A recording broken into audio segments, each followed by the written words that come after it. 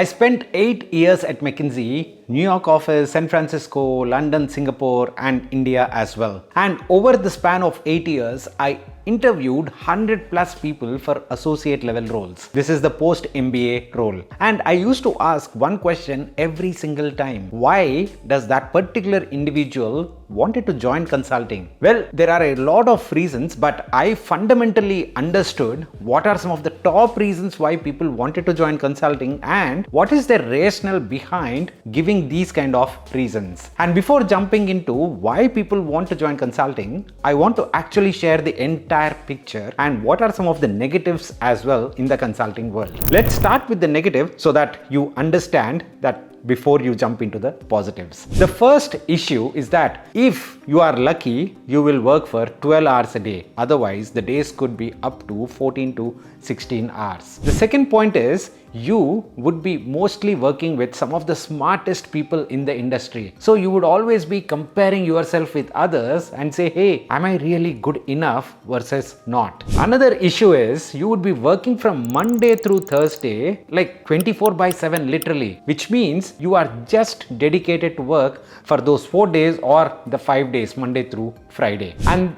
the final issue is you work with a lot of people, clients, colleagues, and unfortunately, it's not just the right and the good people that you work with. A lot of people will also question your value as a consultant. They will ask you point blank questions like, hey, we are paying you $1 million.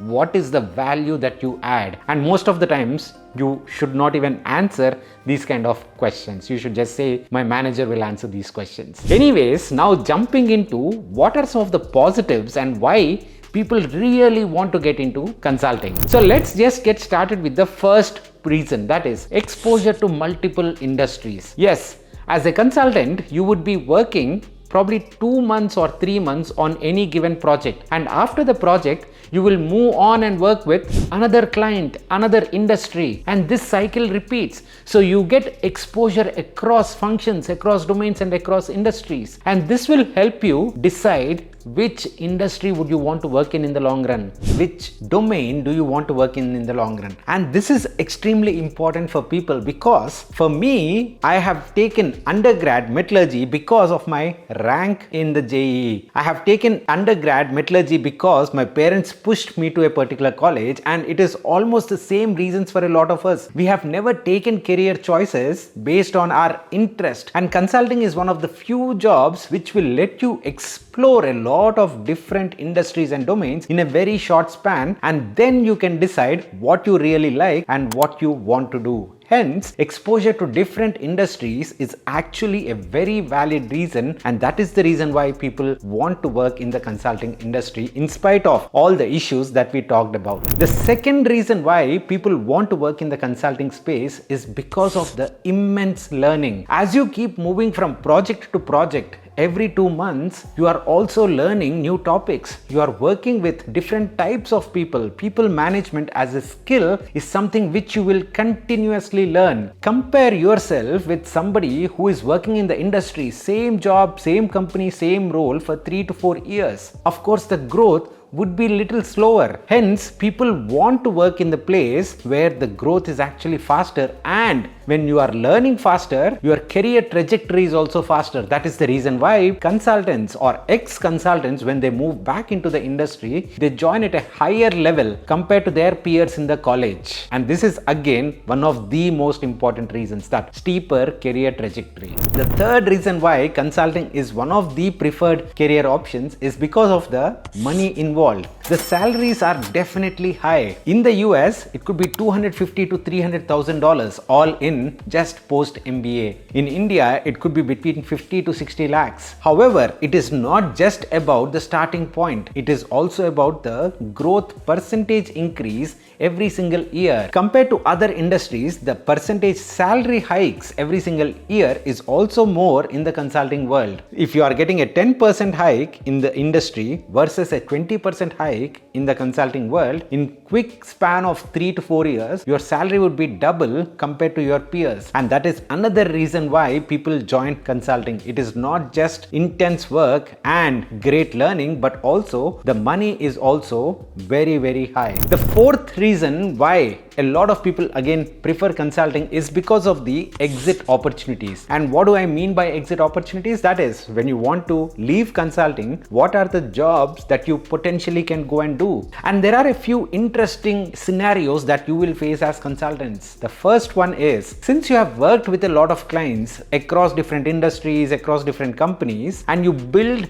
good relationships with at least a few of them, you can go ahead, talk to them and say, I am about to leave my job as a consultant and I'm looking for job opportunities. Do you have any open roles in your team? And these clients know what kind of an individual you are, how much work you would put in, what is the intellectual capacity that you carry yourself with. And hence, these guys are more than open to give you a job without even an interview. And also, the other scenario is a lot of your managers within the consulting world, they would have left the consulting jobs and they would have joined good companies in strategy roles. Hence, if you again go reach out to them, network with them, there is a job potential without an interview itself. So the exit opportunities are a lot more even without you going and actively trying. Hence, again, consulting is a great opportunity. The fifth and the most interesting point is with respect to the people. You tend to work with some of the smartest brains in the world. These guys come from, again, you name it, the top colleges across the world. Harvard's, IIM Ahmedabad, right? Stanford's, INSEAD's, London Business Schools,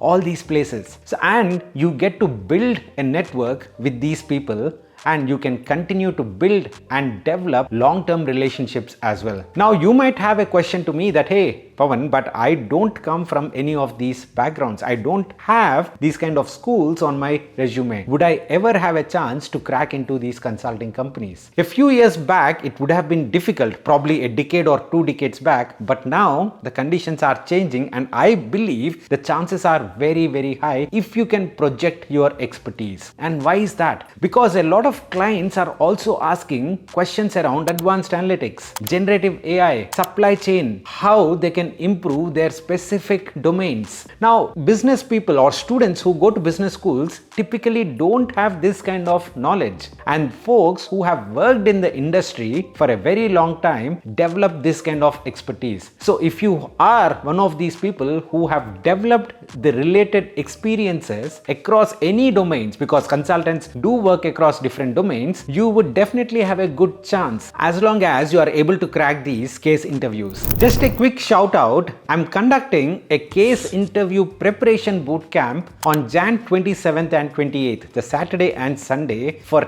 10 hours, 5 hours on Saturday and 5 hours on Sunday. And what do you learn in this boot camp? You will learn how an ex-McKinsey interviewer used to conduct interviews and also how consulting interviewers evaluate candidates. This is a very different perspective that is very difficult for you to get in any kind of setup, and I would be sharing my insights on how I and my colleagues from McKinsey used to evaluate candidates. We will also talk through different case frameworks and how you can go ahead, practice them and build your small community of case problem solvers. If you are interested in improving your case solving abilities, do go ahead, click on the link in the description box, and I will see you on Jan 27th and 28th. It's a very, very small cohort, so the seats are filling up fast. Now, just coming back to our discussion on, with your domain expertise, can you really crack the consulting jobs? As I mentioned, my answer is a straightforward yes. It is not just about domain expertise. Consulting world itself is